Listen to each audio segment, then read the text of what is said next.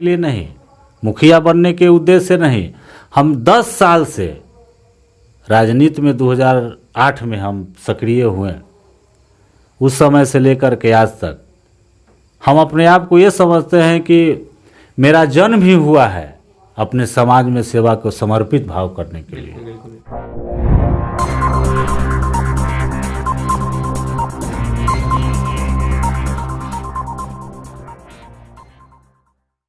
काया काम ना आती रूनी, काम ना आता धन, जीत उसी की होती है जो जीत लेता है मन।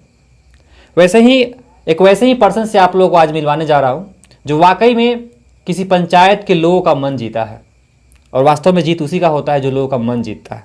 जी हाँ, हम बात कर रहे हैं रक्सा पंचायत की वर्तमान मुखिया श्री मुन्ना कुमार यादव जी का। आज आप लोगों को मुलाकात उनसे करवाऊंगा, और चुनाव के दौरान हम आप लोगों से वादा भी किए थे कि मुन्ना जी जब उपस्थित होंगे तो उनसे आप लोगों को मुलाकात करवाएंगे, और वो आज उपस्थित हैं। आइए इस छठ महालोक पर्व के शुभ अवसर पे आप लोगों को उनसे मुलाकात करवाते हैं और क्या कुछ करना चाहते हैं इस छठ के शुभ अवसर पे। सबसे पहले आपको मुन्ना जी हमारे चैनल में पहली बार आने के लिए बहुत बहुत स्वागत। जी, आपका भी बहुत बहुत धन्यवाद। पूरे बिहार में लोक आस्था का पर्व छठ का महापर्व की आज सायंकाल का आज अर्घ है, तो आज अपने पंचायत के महान जनताओं को क्या कुछ करना चाहेंगे अपने शब्दों में, अपने आवाज़ में? आपका बहुत बहुत धन्यवाद पंकज जी। सबसे पहले आपके न्यूज़ चैनल के माध्यम से इस हिंदू आस्था के महान छठ पर्व हमारे पंचायत के पूरे सम्मानित जनता को सहृदय चरण वंदन करता हूँ।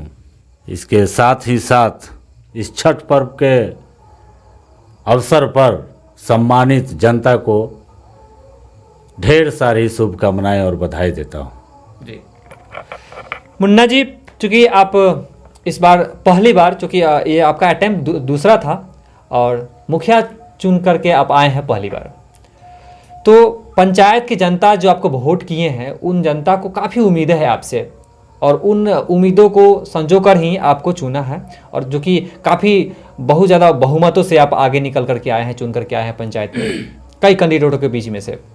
तो उन जनताओं का जो उम्मीद है उस उम्मीद पर खरे उतरेंगे, किस तरह से उतरेंगे और उनकी उम्मीद को कैसे कायम रखेंगे, उनके बारे में कुछ कहिए। मैं आपके न्यूज़ चैनल के माध्यम से अपने जनता मालिकों को बताना चाहता हूँ, पिछले चुनाव में बहुत कम वोट के अंतराल से 63 वोट से चुनाव हारे थे, और इस बार का जो चुनाव हुआ, हमारे अनुपस्थिति में चुनाव हुआ, संयोग कहिए राजनीति का शिकार बने। चुनावी समय में यहाँ हम थे नहीं, और जितने वोट का अंतराल हुआ हार जीत का, जनता मालिक हम पर विश्वास जताए। बहुत सारे कैंडिडेट थे, जितना वोट से हम जीते, रनर कैंडिडेट छोड़ करके और 7 उम्मीदवार को मेरे इतना जीत का वोट भी उनको नहीं मिल पाया। तो कहीं न कहीं जनता का विश्वास और आस्था हम पर कायम है। पिछले मर्तबा चुनाव हारने के बाद भी कंटिन्यू राजनीतिक समीकरण बनाने के लिए नहीं, मुखिया बनने के उद्देश्य से नहीं, हम 10 साल से राजनीति में 2008 में हम सक्रिय हुए, उस समय से लेकर के आज तक हम अपने आप को ये समझते हैं कि मेरा जन्म ही हुआ है अपने समाज में सेवा को समर्पित भाव करने के लिए, और हर संभव मैं प्रयास करूंगा अंतिम सांस तक कि अपने जनता के विश्वास पर हम खरा उतरे। जिस समय चुनाव प्रक्रिया चल रही थी उस समय आपके समर्थक तमाम जनता के बीच ये देखा गया कि सब मुन्ना राय, सब लोग मुन्ना यादव है, और सब लोग अपने चुनाव समझ करके, खुद को नेता समझ करके लोगों से वोट मांग रहे थे। तो उन जनता जो अपने तन मन धन से आपके प्रति समर्पित थे, उनको क्या कहेंगे? उनको तो मैं कोटि कोटि धन्यवाद देता हूं, और कहीं न कहीं उन लोग के दिल में एक विश्वास जगी कि हमारे मुन्ना यादव जी स्वयं अभी है नहीं, और उनके अनुपस्थिति में चुनाव हो रही है, तो हमारे जितने भी सहयोगी थे जितने भी माताएं थी, बहनें थी, नौजवान साथी थे, बुजुर्ग गार्जियन थे, उनको आपको लगा कि हम ही को मुन्ना यादव बनना होगा और इसका श्रेय हमारे पूरे पंचायत के जनता मालिकों पर जाता है। चलिए, चुन के तो आप आ गए मुखिया, अब पंचायत में किस तरह की बदलाव देखने को मिलेगा पंचायत के तमाम जनता को? बदलाव सरकार, हम मुखिया हैं, मुखियापति हैं, मेरा दायित्व यही बनता है कि सरकार का जो भी योजना आए पंचायत में ससमय निष्ठापूर्वक सबसे पहले हमारी प्राथमिकता होगी उसको धरातल पर उतारना। जी, आपसे ये सवाल कर रहे हैं, चूंकि अभी तो आप पावर आपके पक्ष में नहीं है क्योंकि आपका अभी शपथ ग्रहण नहीं हुआ, दिसंबर में होना है। तो जब आपके शपथ ग्रहण हो जाएगा उसके बाद आप कार्यरत होंगे तमाम कार्यों करने के लिए। पिछले मुखिया जी जो हैं बहुत सारे काम करवाए हैं, किए भी हैं, अच्छे काम भी हुआ है। उनमें से कुछ काम हैं जो अधूरा रह गया है। कुछ वार्ड में तो वार्ड मेंबर को, वार्ड सचिव को इस तरह से उलझा करके रख दिया गया कि पैसा भी खत्म हो गया, काम भी नहीं हुआ और वार्ड के हाथ में भी कुछ नहीं आया। तो वैसे वार्ड में जो काम अधूरा है, जैसे नल जल, नाला, 7 निश्चय योजना में जो शौचालय है, वो सारी चीजें लगभग अधूरा है। तो उस अधूरेपन को कैसे आप पूरा करेंगे? देखिए, मैं आपके न्यूज़ चैनल के माध्यम से बोलना चाहता हूं कि पूर्व मुखिया क्या किए नहीं किए इस पर हमको कोई टीका टिप्पणी नहीं करनी है। हमको अब ये ध्यान अपने आप पर देना है कि मेरा पंचायत, मरवन प्रखंड में 14 पंचायत हैं,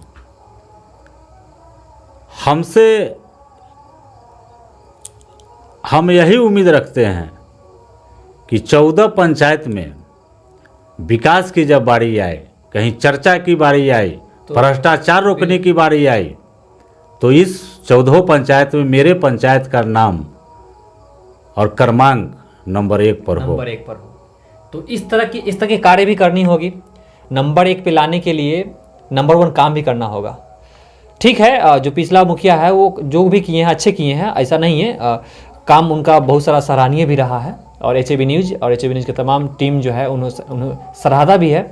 लेकिन कुछ वार्ड है जिसमें जो नल जल, जो पानी टंकी जो बना है, जो दूरे दूरे जो नल पहुंचना है, उसमें अधूरा रह गया है। तो चूंकि अब तो आप ही पूरा करेंगे जी, तो उसको किस तरह से आप करेंगे? सबसे पहले तो प्राथमिकता हम वही देंगे जो उनके द्वारा कार्य कराया हुआ अधूरा रह चुका है। जी जी, प्राथमिकता हम वहाँ देंगे और फिर प्रयास करेंगे आपके न्यूज़ चैनल के माध्यम से। फिर आप मेरे पास आइएगा या मैं आपके पास जाऊंगा, 6 महीना के अंदर हम सारे अपने सिस्टम को लाइन पे एक प्लेटफॉर्म पर विकास कार्य को उतार देंगे। मेरे पंचायत में बिहार सरकार भवन भी है। हमारा पूरा प्रयास रहेगा, यहाँ के राजस्व कर्मचारी हों, यहाँ के पंचायत सचिव हों, रोजगार सेवक हों, आवास सहायक हों, सभी लोगों को हम पूरा प्रयास करेंगे कि मेरे पंचायत में बिहार सरकार भवन है, यहाँ लोग अपना समय दे, मेरे जनता को, हमारे मतदाता मालिकों को ब्लॉक का चक्कर नहीं काटना पड़े। ये सिस्टम अगर पूरी तरह लागू करने में अगर हम कामयाब हो जाते हैं तो 80% तो समस्या ऐसे ही समाप्त हो जाएगा मेरे पंचायत का।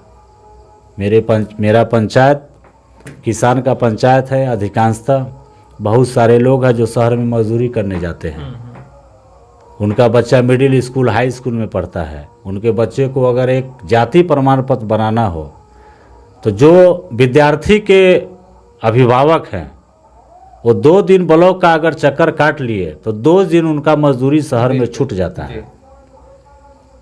तो हमारी सबसे पहली प्राथमिकता होगी पढ़ाई पर, शिक्षा पर, और ये पंचायत के माध्यम से जो विकास योजना है, जनता को ब्लॉक दौड़ने का सबसे पहले हम छुटकारा दिलवाएंगे। चुनाव में हमारी मिसेज लड़ी थी, घूमती थी वोट मांगने के लिए, तो बहुत वृद्ध औरत बोलती थी कि बउआ तू आयल हता, तोरा जगह पर हम नाम मैं नहीं लेना चाहता हूँ, फलनिया वोट मांगे तो अब तब ओकरा से हम बतिएती। हमारी मिसेज उन माताओं बहनों को विश्वास दिलाई कि एक बार मौका दीजिए। जनता ने विश्वास जताया, मौका मिला, अब कार्य करना है।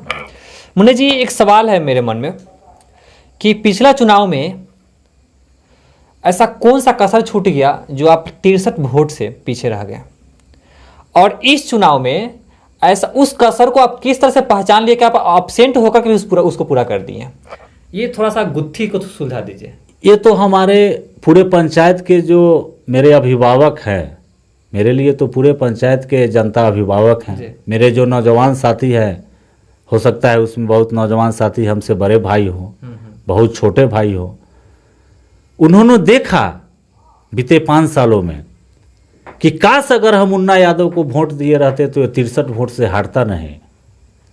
और मेरे पंचायत में भ्रष्टाचार का कोई सीमा ही नहीं है, और हमारे अनुपस्थिति में 63 वोट से पिछले बार चुनाव हारे थे, 600 प्लस वोट से चुनाव जीते हैं।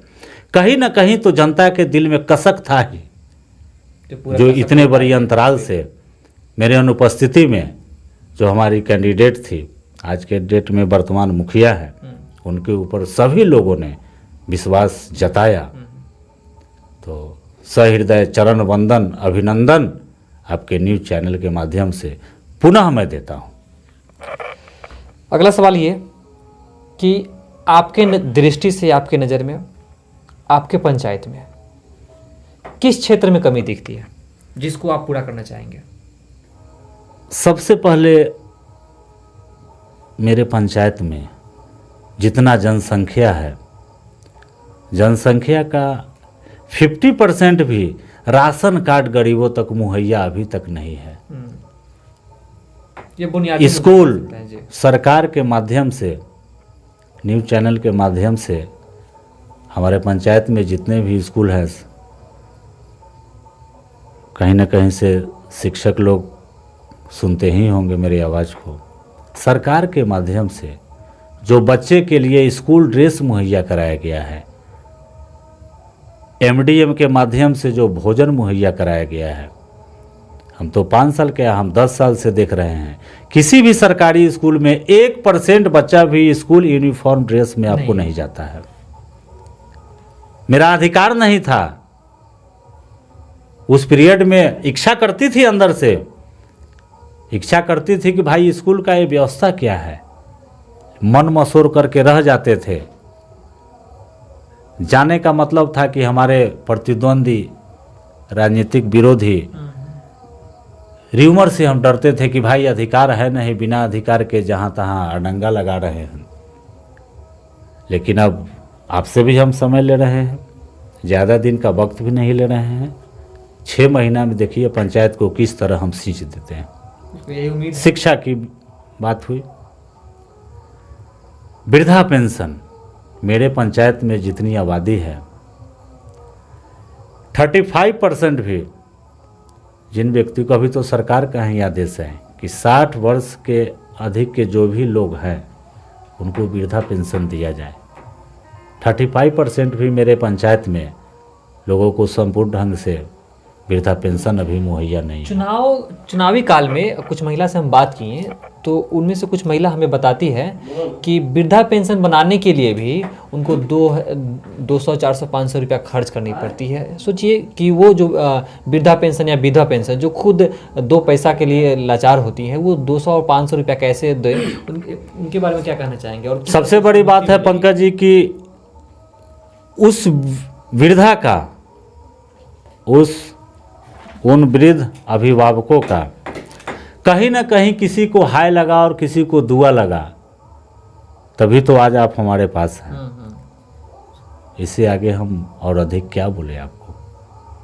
हमारी प्राथमिकता होगी, हमारी पत्नी कैंडिडेट के रूप में जिस समय पंचायत में घूमती थी वोट के लिए, जनता को विश्वास दिलाती थी कि काम के लिए आपको नहीं आना होगा, हम आपके दरवाजे तक आएंगे। ये बड़ी बात है।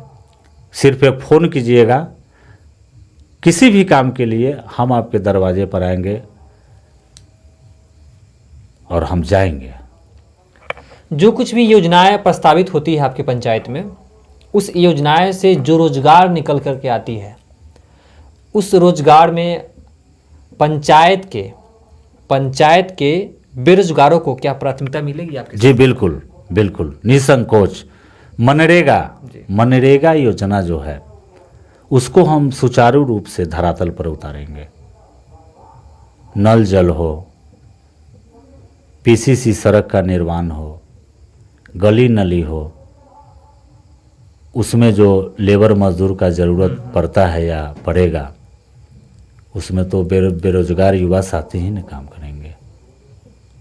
मनरेगा के अलावा और क्या चीज़ है जो आपको रोजगार आपके पंचायत को दे सकता है? और वो तो पंचायती राज में तो बिहार सरकार का जो योजना आएगा उसी के तहत हमको काम करना है। और हमको क्या, पूरे प्रदेश के मुखिया जन को काम करना है, अपने से तो कुछ करना नहीं है। सरकार का जो योजना आएगा उसी को ना हम या आप या और जो जनप्रतिनिधि, त्रिस्तरीय पंचायत चुनाव के जो जनप्रतिनिधि है, उसी योजना को तो धरातल पर लोग उतारेंगे। और इसी योजना को धरातल पर उतारने का मेरा एक तरीका अलग रहेगा। बस मेरा काम करने का तरीका एक अलग रहेगा। हम अपने आप को ये चाहते हैं कि 5 साल में जो पूर्व मुखिया थे वो क्या किए, और हम तो यही जनता को विश्वास दिलाना चाहते हैं कि आप हमको मौका दिए हैं, हम 6 महीना में आपको बदलाव ला करके दिखला देंगे। जी चलिए, अंतिम सवाल आपसे। चूँकि काटी विधानसभा क्षेत्र में भी कुछ पंचायतें हैं जिसमें मदिरा पान के कारण बहुत सारे लोग बीमार पड़ गए हैं, घायल हैं, कुछ लोग डेथ भी कर गए। रुपौली में हुआ है, तो अपने पंचायत की जनता को किस तरह से आप सतर्क करेंगे? हम तो अपने पंचायत को, जनता तो हैं ही, अपने पंचायत में आप देखते होइएगा कि अधिकांश तारी का दुकानें हम बंद करवा दी हैं। सभी लोग से आग्रह करते हैं कि छोड़िए ना तारी बेचना ही, तारी में ही थोड़े पैसा है, बहुत सारा काम है। तो मदिरा पान की तो बात अलग है। अपने पंचायत में लोग से आग्रह कर रहे हैं, दो चार जो है अपने पंचायत में जो झोपड़ी नुमा में बना करके तारी बेचने का काम कर रहे हैं, उन लोग को समझाते हैं। और 2-4 दुकान लोग बंद किए भी है हमारे आग्रह पर। मेरे बात को उन्होंने गंभीरता से लिया और बोले कि न मुखिया जी आप ठीक बोल रहे हैं, इससे हम लोग का समाज दूषित हो रहा है ना। इस पर पूरा मेरा जो है, नौजवान खास करके मदिरा पान से तो हमारा नौजवान पीढ़ी बर्बाद हो रहा है। तो नौजवान जब पीढ़ी बर्बाद हो रहा है तो आने वाला नस्ल भी मेरा बर्बाद होगा, है ना। सुबह सुबह जगते हैं, गांव समाज में मॉर्निंग वॉक के ही जगह पर निकलते हैं टहलने के उद्देश्य से, तो हर लोग से बराबर ये सुबह सुबह यही आग्रह विनती ही करते हैं कि मदिरा पान से अलग रहिए। जी, चूँकि काटी विधानसभा क्षेत्र के विधायक जी भी आप लोगों से आग्रह किए हैं कि मदिरा पान से दूर रहें, और मदिरा पान इतना ज़्यादा जो है जहरीला हो चुका है कि आदमी को जानलेवा साबित हो रहा है। और रक्षा पंचायत के मुखियापति श्री मुन्ना यादव जी का भी आग्रह है आप लोगों से कि इससे दूर रहें। मिलेंगे फिर किसी और वीडियो में मुखिया जी के साथ, किसी नए काम के और नए किसी बदलाव के बात को लेकर के। तब तक के लिए जय हिंद।